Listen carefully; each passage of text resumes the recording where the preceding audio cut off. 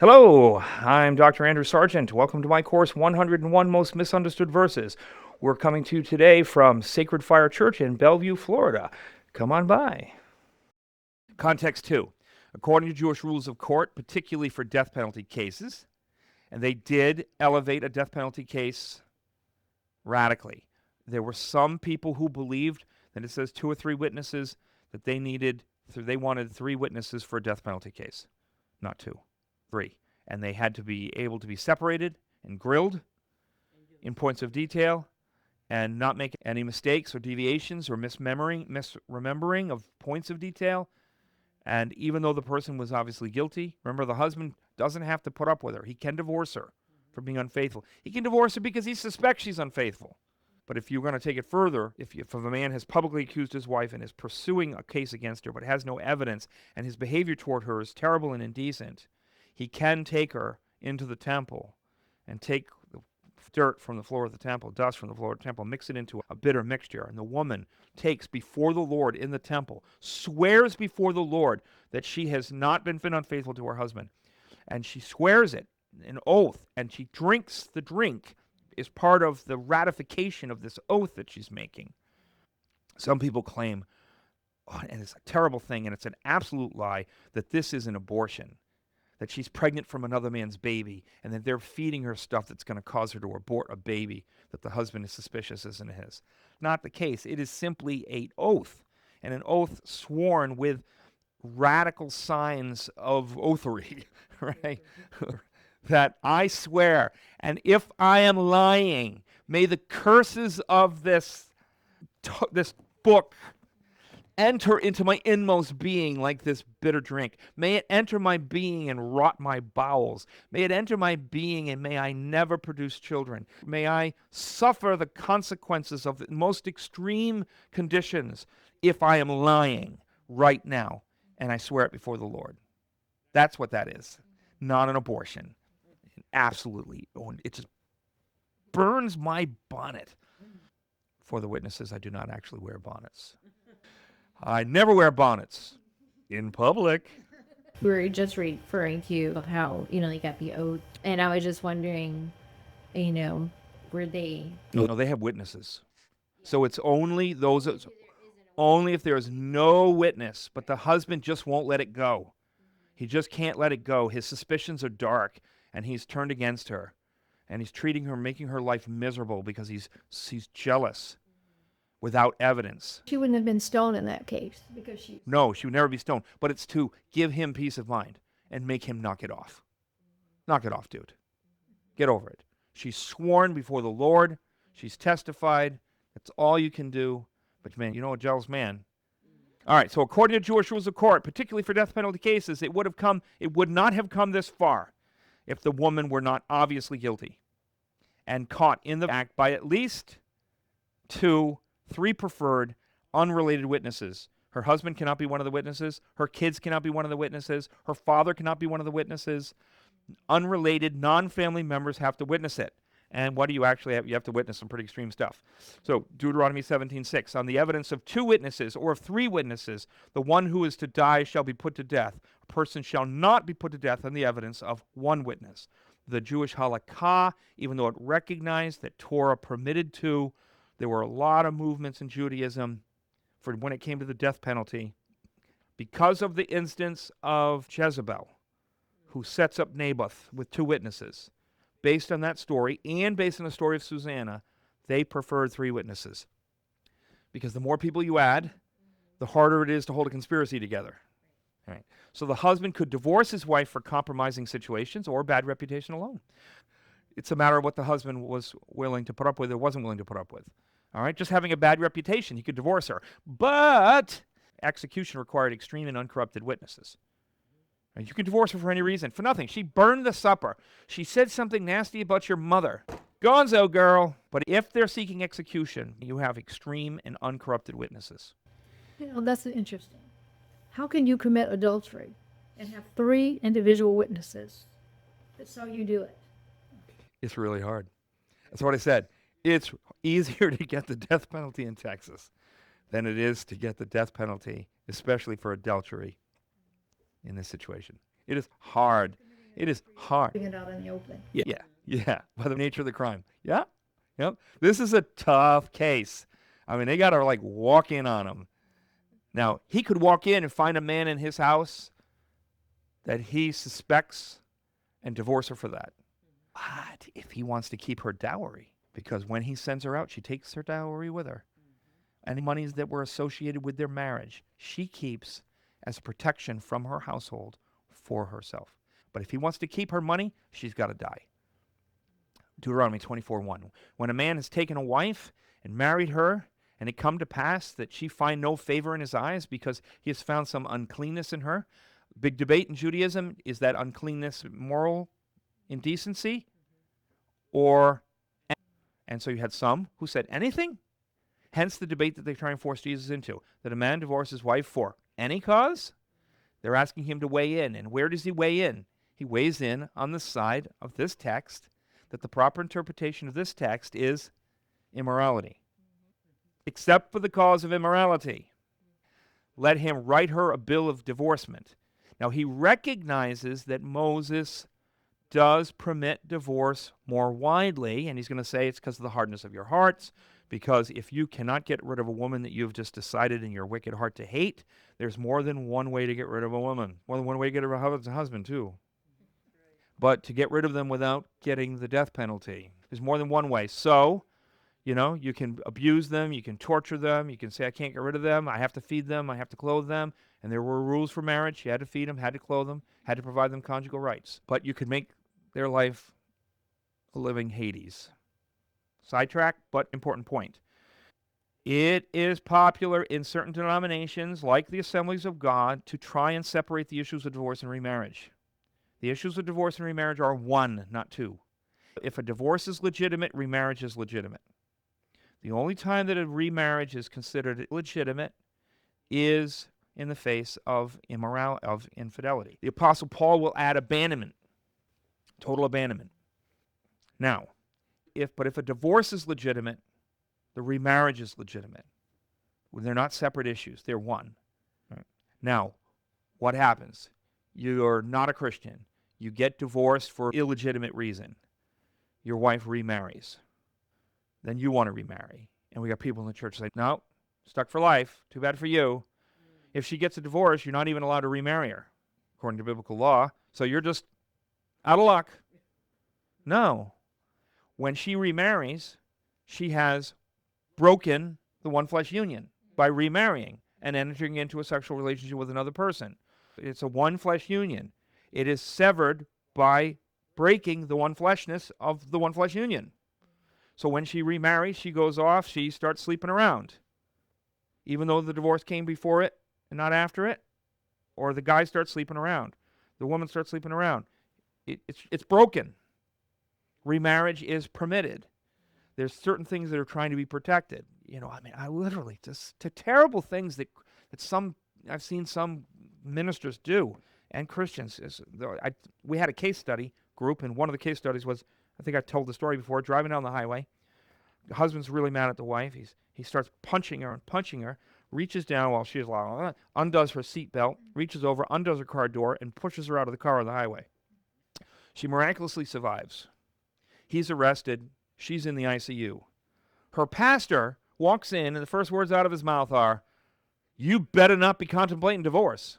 I would think the Apostle Paul did not add attempted murder, but we would end up with an abandonment when he goes to prison for it. Or this situation is, this is the first thing in your mind? It's just like, oh, goodness gracious.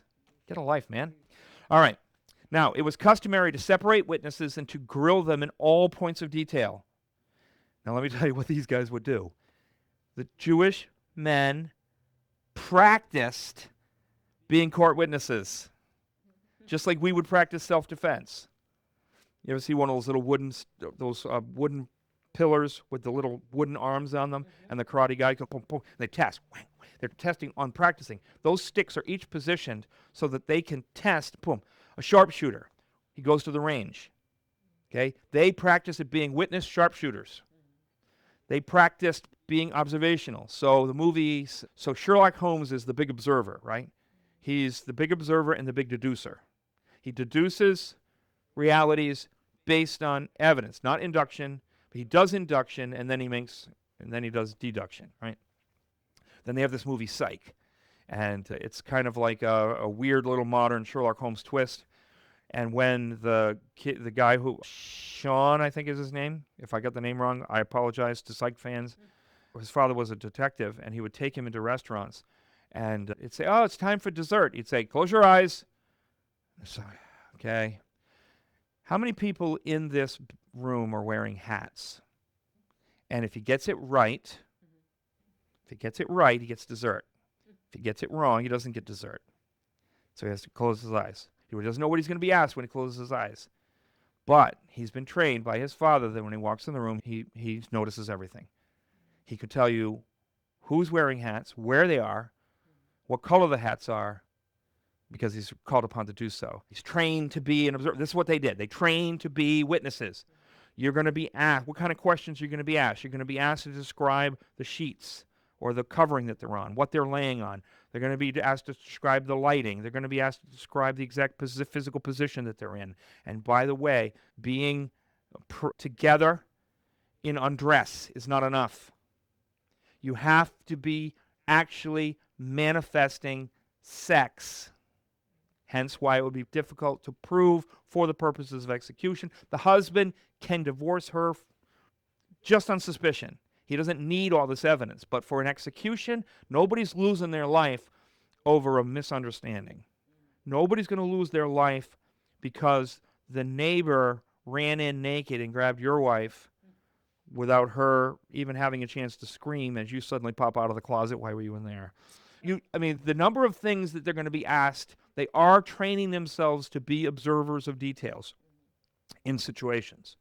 So they would have to walk in on them, catch them by surprise, and then be able to stand in court and answer detailed questions and not disagree with one another. Now, the reason for this precision on this, is because how easy it is for people with power to use that power to crush. So we have the story of the apocryphal expansions on the book of Daniel, the story of Susanna. And she's a beautiful woman, a faithful woman. She's married to a rich man. They have a lush garden in the back. She would dismiss her attendants, and she would bathe privately in the garden, and they're big behind plants and a big wall. And these two elders in the community were in love with her. And they would go and try and peep like pervs at her when she was trying to take a bath. They'd climb up the wall and they'd try and hide in the garden. And the one day, while they're hiding in the garden, unbeknownst to her, they bump into each other. And they're like, "What are you doing here? Oh, what are you doing here?" Oh. Then all of a sudden, after a while, they go, "Just give it up. I'm in love with her. I'm in love with her too."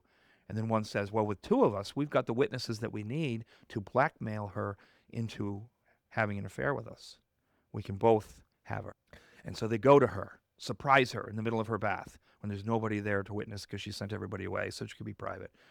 They confront her in her bath and say, "If you don't start having sex with both of us, we're going to go and accuse you publicly of adultery. We're going to bear witness that you sent away all your servants, even your female servants, because there was a man that was meeting you here, and we saw him, and we're going to describe him. We're going to do this." She says, "Well, I'd rather die an innocent woman than live as a guilty one. Do whatever you're going to do." So they do accuse her, and they come forward. And Daniel, who's hearing the case, something's not sitting right with him. And so they're ready to turn her over to execution based on the testimony of these two witnesses, and he separates the men.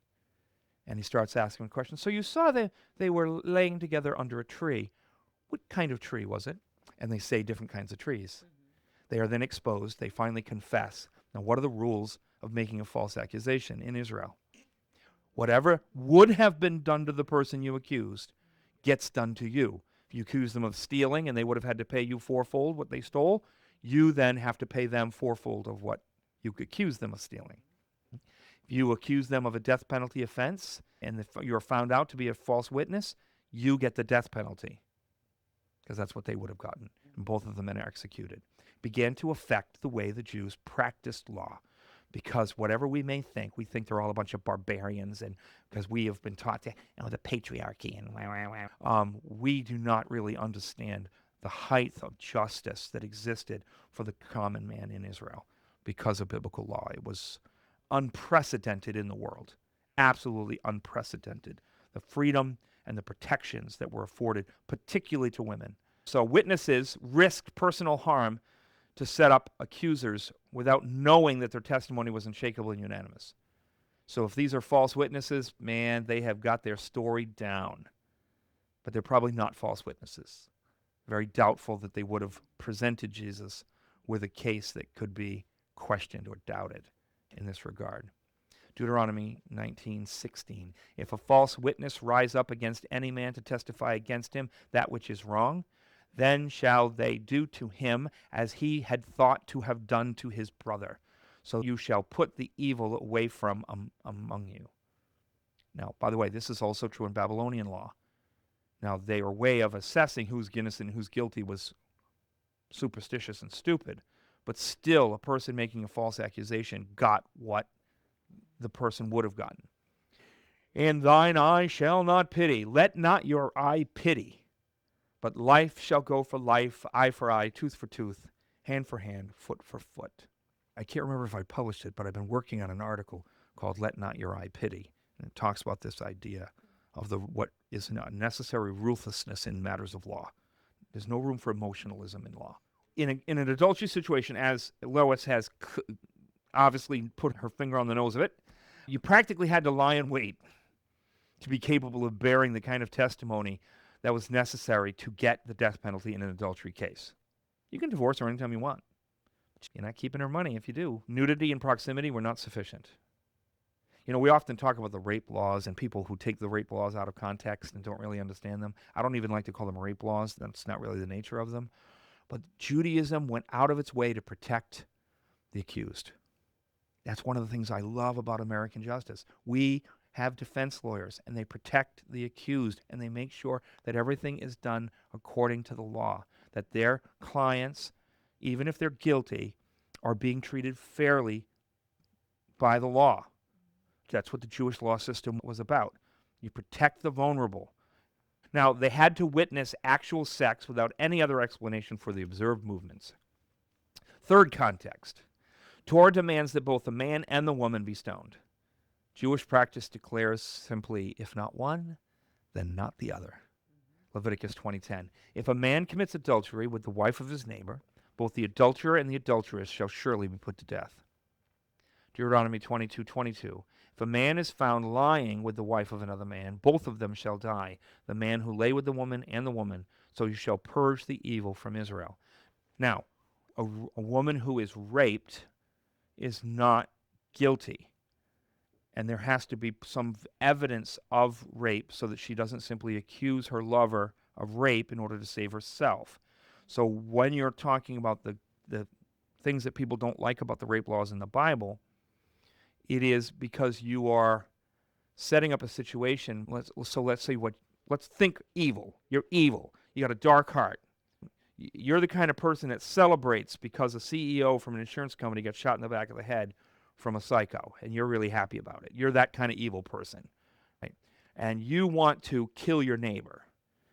So you send your wife over to seduce him.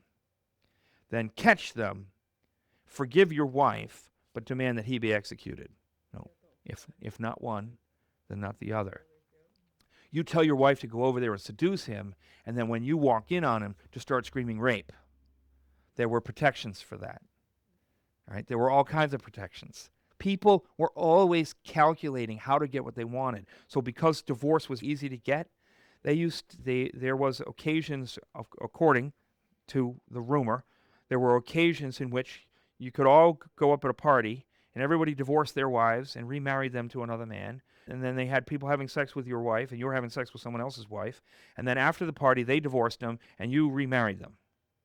People think about these kinds of things. And so you have laws. You can't remarry once a woman's remarried. You can divorce her. You can remarry her as long as she's not remarried. How do you hem in a wicked heart that's constantly, can't catch me, can't catch me. I will do what I want to do, and I'm going to find every loophole to do it. It's almost impossible to contain them by law. So the law has to satisfy itself with simply trying to put as many barriers to that kind of a thinking as possible. All right. There is a blaring absence here that we've already keenly noticed. Where's the dude? What are the options? Historically, He's not here. He was a plant. You could buy your way out, by the way, to a lot of death penalty offenses. You could have a person withdraw the accusations against you for money. But if not one, then not the other. He could not accept money from the guy and then punish the wife. If not one, then not the other. So if the man was not there, why did they even have this? It is because they want to trap him. Because a lot of the zealots that are, I don't want to call them witnesses because I'm not talking about the witnesses of the people the eyewitnesses. So let's distinguish eyewitnesses from people that came to bear witness to the trial in general, and also came with rocks, so that after the real eyewitness is stoned, they get a chance to stone. These people want blood, and they know that they can play Jesus off of Rome, off of Torah, and off of this madness of crowds. So, possibility, he was a plant. You sent somebody in, and then he escapes unidentified or buys his way out. Those are the three options. Yeah, but we're speaking specifically to the man who she was committing adultery with. Her husband Is party to this. say that he's there or isn't there. Oh, the husband's here. He wouldn't be here otherwise. Like, this wouldn't be happening. The husband has to see it through. Right? You need some cooperation. It's not likely that they're going to set up somebody else's wife. Not a likely scenario.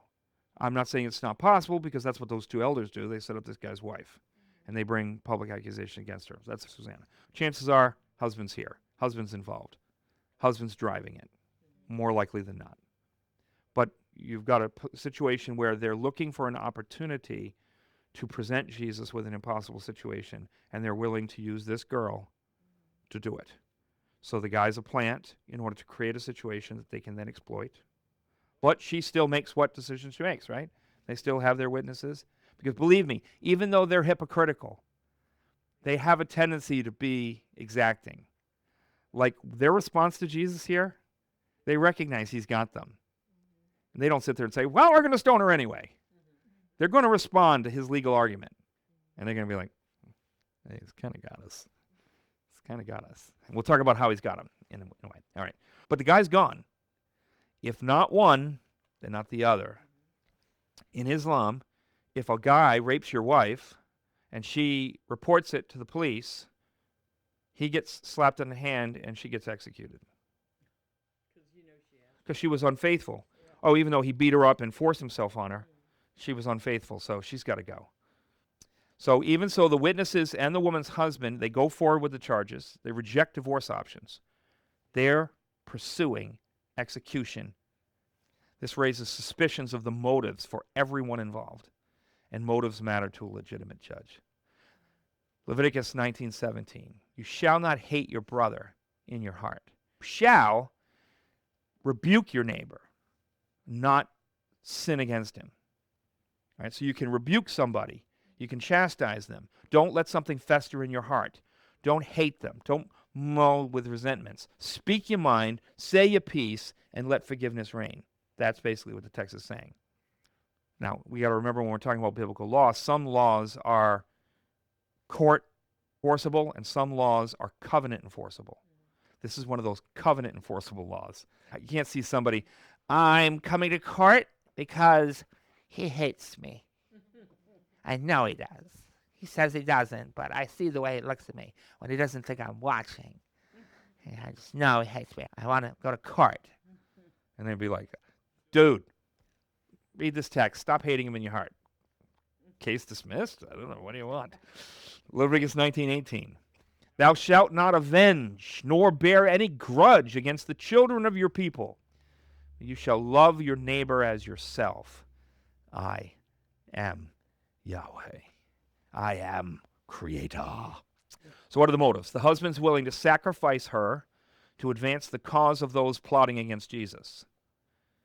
He's allowing his wife to be used by religious leaders. There were financial benefits for him to gain. So greed. Maybe it was for money, but there's others. Revenge. I get the last one. This last one I really get. I really do. Pure spite. I get spite. preferring her death to any potential future happiness for her that she might find in a divorce situation. How do we say it? If I can't have you, Nobody can. nobody else can. So we recognize it. I get it. I get it. I was joking around with her the other day. My one day, we're laying around, we're watching TV, and I said, "Hon, if I die, I don't want you to remarry. I don't think I could stand, even on the other side of the grave, the idea of you being in the arms of another man." Right? And then she laughs and echoes a TV show that we watched years ago, and Baby Makes Five. They only did like 2 or 3 episodes. I thought the show was absolutely hilarious. In the first episode, she gives birth to, I think, triplets. I think they have 2 kids, and she gives birth to triplets. And now they have 5 kids, like overnight. And she's sitting there in labor, grabs her husband's hand. Honey, if I don't make it out of this, if I don't survive, you're going to be fine. You're going to be fine. Don't think that way. No, listen to me. If I don't make it out of here, I want you to remarry. You do? Yes, the kids are going to need feminine care. But I want her to be really ugly. And I don't want you to love her. And I don't want the kids to call her mom. Well, what should they call her? Pig face. And I go, I get the sentiment. I get the sentiment. I do. Now, these possible causes doubt for the judge. The circumstances of the act are in doubt.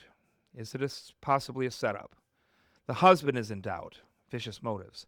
The witnesses are in doubt. They participate in a setup with a vicious husband and vicious leaders.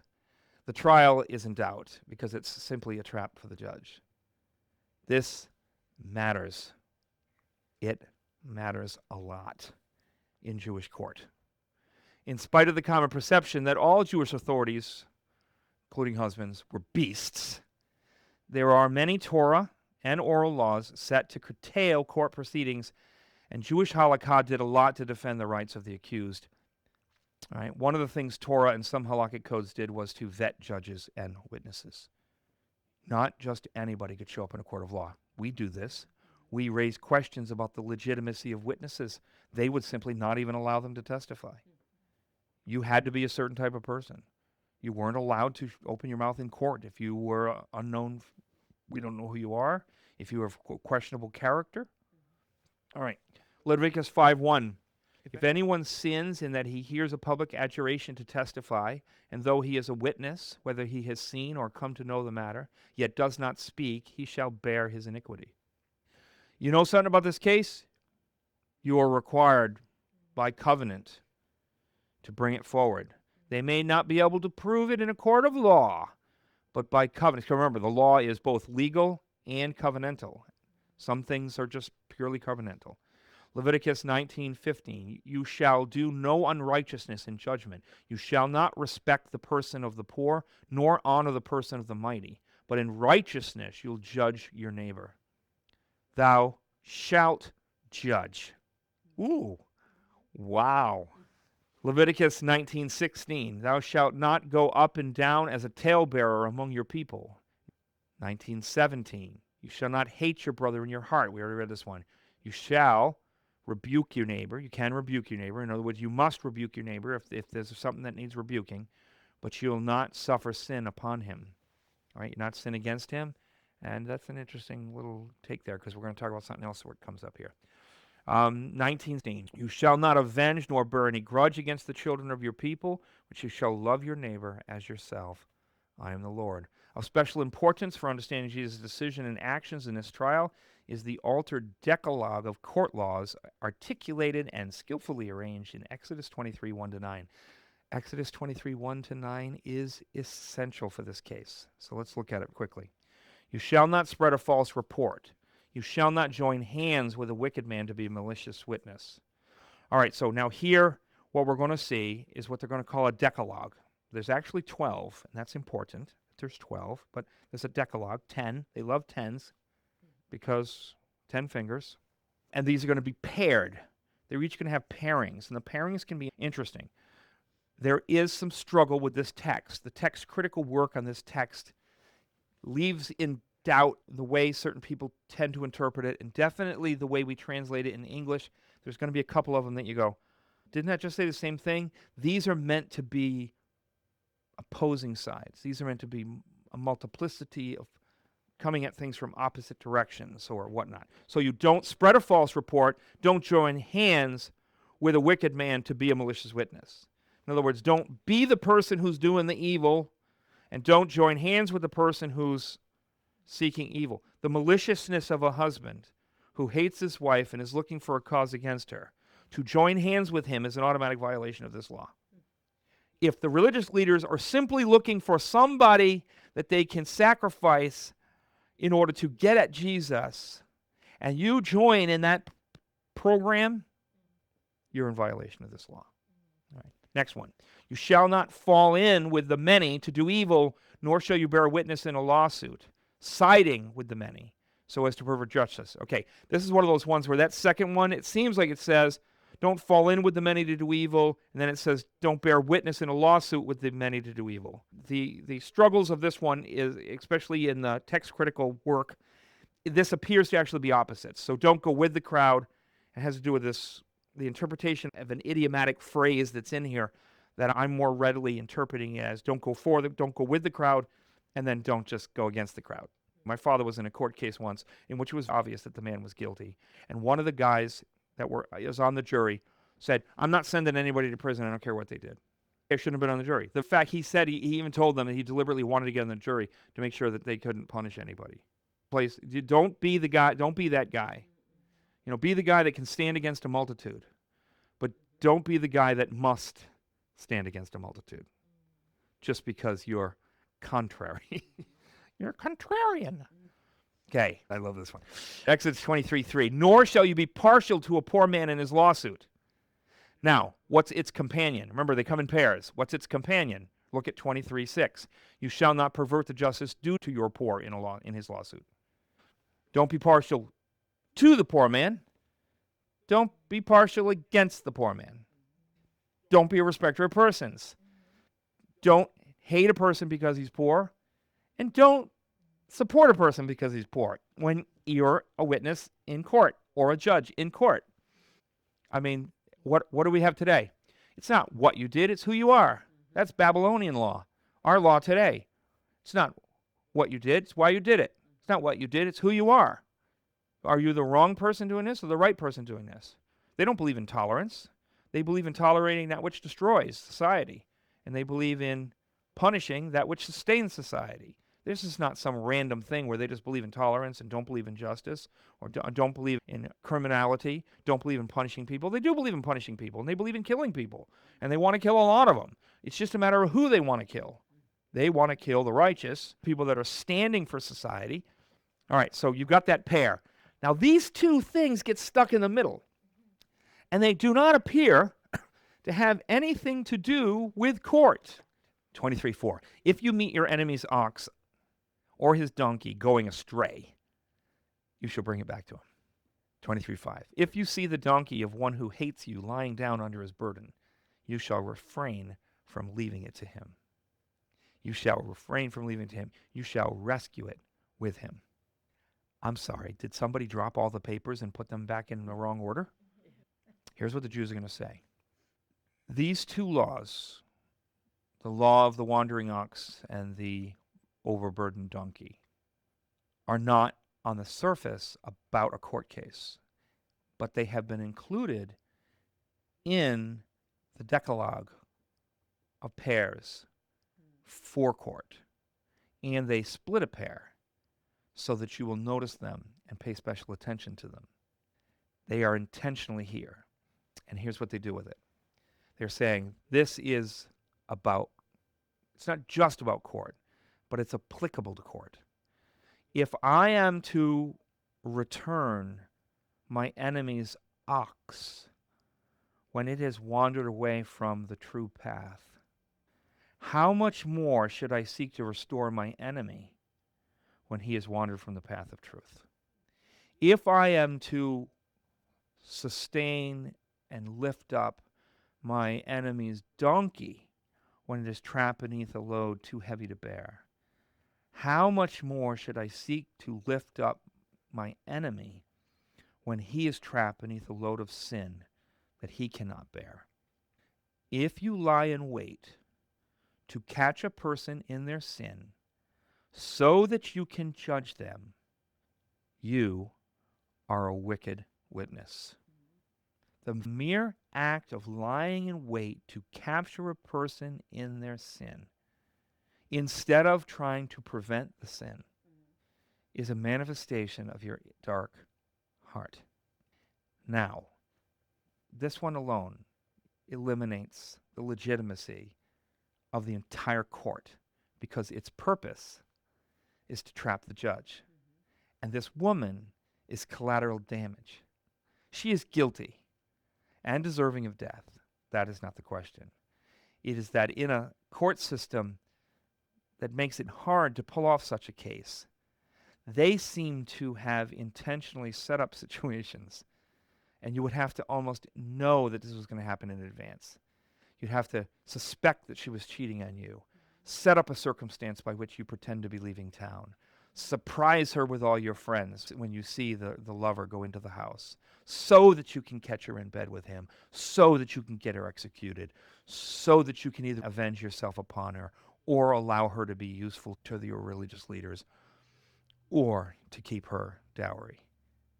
And you are wicked, and everybody joins hands with you is wicked, and everybody that participates in this court is wicked, and by association with you, illegitimate. They have no business being here. All right. We can keep going on. Keep far from a false charge. Do not kill the innocent and the righteous, for I will not acquit the wicked. Now, the Greek version of this says it a little differently. It says, you shall abstain from every unjust thing. You shall not slay the innocent and the just, and you shall not justify the wicked for gifts. All right, now, the difference between keep far from a false charge, do not kill the innocent and righteous, and do not acquit the guilty, and I will not acquit the guilty is one letter. Some people believe that this is a error, especially given Proverbs and Isaiah. Let's read Isaiah 5:23. Who acquit the guilty for a bribe and deprive the innocent of his right. That's the phrase. Guilty, innocent. Proverbs 17:15. And he who justifies the wicked and he who condemns the righteous are both alike an abomination to the Lord. Now, I don't believe it's a mistake, but I do believe that it works off a common understanding of law, in which they know that you're not to acquit the guilty, because Yahweh will not acquit the guilty, but by making it I instead of you. Don't condemn the innocent and don't acquit the guilty. He raises it up to a whole new level by saying, I will not acquit the guilty. So I'm not going to acquit the guilty, so you certainly shouldn't acquit the guilty. But if a difficult case slips through your fingers, if you're just absolutely convinced that the person is guilty and you can't get them, don't push a difficult case too hard, because in the end, I will not acquit the guilty. The Apostle Paul is going to go after this. Don't have a vengeful heart. Let God avenge. So I love it. And then you shall take no bribe, for a bribe blinds the clear-sighted and subverts the cause of those who are in the right. You shall not oppress a sojourner. You know the heart of a sojourner, for you were sojourners in the land of Egypt. In other words, be easy on foreigners, because they're often confused. I am. Like I said, I've spent cumulatively over a year of my life in India. But just like they would protect the women, have extra consideration and protection for women, they were supposed to have extra consideration. Not change the laws for them, but just be easy with them. They're in a tough situation. All right. So the Jews were lenient in legal matters leading to death, particularly for women, who, being more often than men illiterate, not all were illiterate, but if someone in the family was going to be illiterate, it would tend to be the women, were not always well versed with the Torah. Every opportunity for deliverance from death was afforded them. And we know this from reading Yentl. From watching. Yentl's a woman who pretends to be a guy because she wants to study Torah. And her father trained her in Torah, and she wanted to become really proficient. She just loved Torah so much. So she dressed as a man. But of course, when she entered dressed as a man, people arranged a marriage for her. And she was afraid, and she didn't know what to do. And so they arranged a wedding. It's interesting. I'd have to watch it now with new eyes to see how I see it. All right. So from the codes of the ox and the donkey, here they devise systems of proof of warning. This is halakha. Proof of warning. Because you're not supposed to lie in wait to catch a person in their sin, there should be proof that there was suspicion of sin and that you warned them. You gave them fair warning. So a husband who says, I'm going to go out of town and then I'll come back and is violating this. Anybody who says, let's go hide in the closet, and I'm sure that they're going to come in and do this, and all right, consider the opportunities for warning and repentance that Jesus gave in Matthew 18. Warnings, opportunity. Be gracious. When you must judge, but don't be in a hurry to judge. Don't be in a hurry to crush. Don't be in a hurry to kill. So there were controversies afoot in terms of the proper application of Torah in issues of warning. So the Zealots didn't care about issues of warning. They were looking for blood. Others wanted to be much easier on the restrictions, that you had to really be careful. The Romans were like, this ain't going to happen, and Jesus is made to cast judgment, because we're really getting down to the crux of it here, and what actually is happening. So an interesting element in this event concerns the 2 times that Jesus writes in the dirt, interspersed with standing to speak. So he writes in the dirt and he stand to speak. It says 8:6, Jesus bent down and wrote with his finger on the ground. 8:7, and they continued to ask him. He stood up and he said to them. And then 8, and once more he bent down as he gets back down on the ground, sits back down, and he wrote on the ground. Jesus stood up and said to her. So he writes twice, he stands twice. Now, we're not told what he wrote, but we have a lot of suggestions that people have made over the years, and everybody thinks they know what he wrote. They say, he was just doodling. I don't know what to do. Let me think of how to get out of this. All right, no. He draws, refusing to play. I'm just going to sit here and play tic-tac-toe. All right? So in other words, it doesn't matter what he wrote. He's working out his thoughts on paper. Dust symbolized the jealousy ordeal. That does not come into play here at all, but people have made the suggestion. Here's the one that a lot of people really favor, that he was writing the sins of those who were present. This takes him as legislator, that he's going to create a new law. And the law is, if you've ever committed a sin, you can't judge anyone else for committing a sin. Absolutely odious to me. As a first century Jewish judicial act, the likelihood is that Jesus wrote at least 2 texts of Scripture. I don't have to know exactly, I just know what it performs, but I'm going to speculate here. And I'm not the only one who's speculating. A real judge never cited his authorities. It was considered a diminishment of your authority. You were called to be judge, you're going to stand up and you're going to be judge. You're going to pronounce judgment. They could, however, if there was a controversial judgment made, they could write the biblical basis for saying it. Now, they would not say it, because if you spoke the Scriptures, remember, the Hebrew Scriptures are consonants. That means that vowels are understood. That means that there could be different ways of reading a text. And if he were to pronounce it, he would give away his interpretation and thus start a new controversy. So in order to end all controversy, he simply would write the textual basis of his decision. And then that's it. Then it's done. You made him judge. He's made his case. He's declared what's going to be. If it's controversial, he's written his biblical basis, and that is sufficient. And he didn't have a pen and a paper. So he wrote in the dirt. And I do believe that we've definitely got some play writing on stone in the temple of God with the finger. Oh, absolutely. But I'm not going to work it too hard here. But yeah, absolutely. So here's what Derek proposes. And I absolutely agree with him. That Jesus' defense of his judgment is best found in those texts that illegitimize the actions of the witnesses against the woman. This is not a matter of, let he who has ever sinned anywhere about anything on any level throw the first stone at her. This is, let those who are innocent in this matter. The context is court, the context is judgment, the context is him standing up to make the judgment, and here is the biblical basis for the decision that he is going to make. Let him who is without sin in this matter. And so what would be the cases? The bracketing of 23, 1-9. Write the first one, write the last one. 12 laws. How y'all doing with these? A more pointed reference to the specific violations of these codes by the witnesses. They would all know that they have no business being there. Right? Based on 2, joining hands with the wicked in judgment, and based on the ox and the donkey, lying in wait to catch a person in their sin to gain a judgment. This makes this entire thing illegitimate, even if the person is guilty. Because remember, don't push a difficult case too hard, for I will not acquit the guilty. He can always divorce her. He doesn't have to put up with this kind of behavior. I'm sorry. You want us to take away someone's life? This better be pretty extreme here. Either way, Jesus' judgment is clear, and he stands to render it. Okay, quickly, let's talk about the standing. Judges stood to make official proclamations. That's why he writes in the dirt, stands, makes his pronouncement, sits down, writes in the dirt. They all react to what he said and what he's written, and they leave. And then it's left with him and her. He stands again and makes his other official pronouncements. These are legal pronouncements. He is not a legislator. He's a judge. It's an application of the law. Okay, we used to do this. We talk about banging the gavel. To bang the gavel is an act of official actions. You start the proceedings with a tap of the gavel. If things get out of order, you tap to regain your authority and your control. You tap when you make a pronouncement.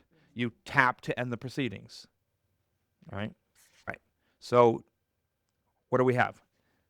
Do we have this happening anywhere else in Scripture? Psalm 82. God stands in the council of the Elohim to render judgment against them.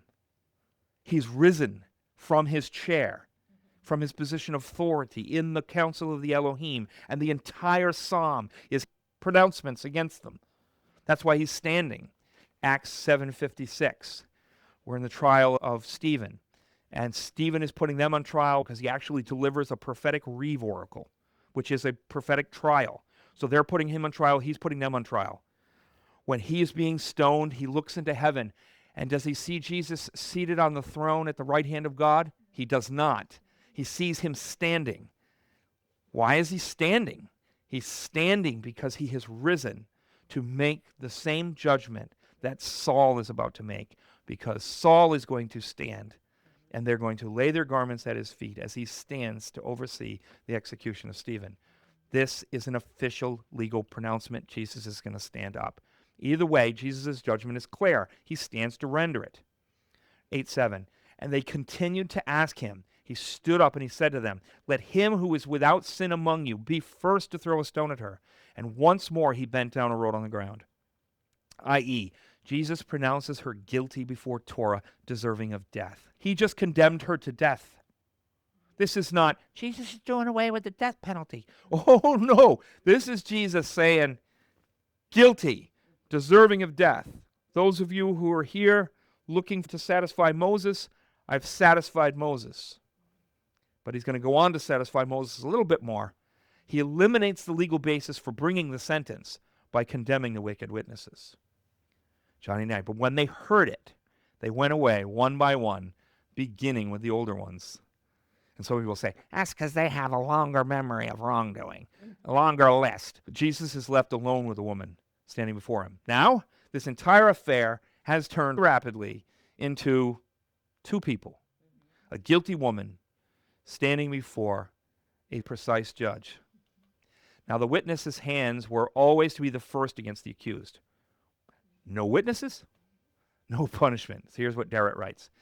Let him among you who is without sin cast first upon her a stone, does not deny that she may be stoned, but insists upon the innocency and therefore the competence of whoever stands forth against her as accuser and witness. Even in a lynching matter, the biblical requirements must be met. So listen to Jesus' words again. Listen as a judge speaking, not a legislator, not a shepherd, weepy, pitying person, but him standing. Jesus stood up and said to her, "Woman, where are they? Has no one condemned you?" She said, "No one, Lord." And Jesus said, "Neither do I condemn you. Go, and from now on, sin no more." He has just done for her what the halakha commands. We all make mistakes. It was this is a serious matter, as I hope you understand, and your sin will find you out. Go forth, sin no more. I can't condemn you because there's no witnesses to do so. I've just gotten rid of them. I've untangled this terrible situation. He satisfied Rome. He satisfied Moses. And he even satisfied the zealots. He gives the warning. Jesus does not stand against Torah. He does not give a get-out-of-jail-free card to sinners hardened in their sin. He does defend Torah. and demonstrates the true spirit of Torah in action. In yet another besting of the religious leaders of Israel, Jesus supplants them as bad shepherds. He seizes the helm of Israel. This is another one. He shows them to be the wicked shepherds they are, because true shepherds don't relish the opportunity to destroy, however necessary a strict maintenance of order may be. Ultimate judgment, even when demanded for the sake of the larger community, is a human tragedy and must always be seen as such. True shepherds don't use people for personal or political advantage. This woman, sinner that she is, should never be viewed as a pawn in the religious leader's beef with Jesus, nor in the husband's desires for gain or revenge. Her life matters, even as a sinner. Jesus demonstrates the way that even the most demanding of Israel's laws are meant to be enforced. A process of judgment in which every step toward judgment is meant to avert its necessity. Every law in context means that every code is meant to be interpreted and applied within the context of the whole system in response to the present social conditions and the capacity for judgment. A covenantal system where motives matter and where God plumbs the heart. If you like what you're hearing today, please subscribe below and don't forget to share it on as many platforms as you can and tell your friends to watch.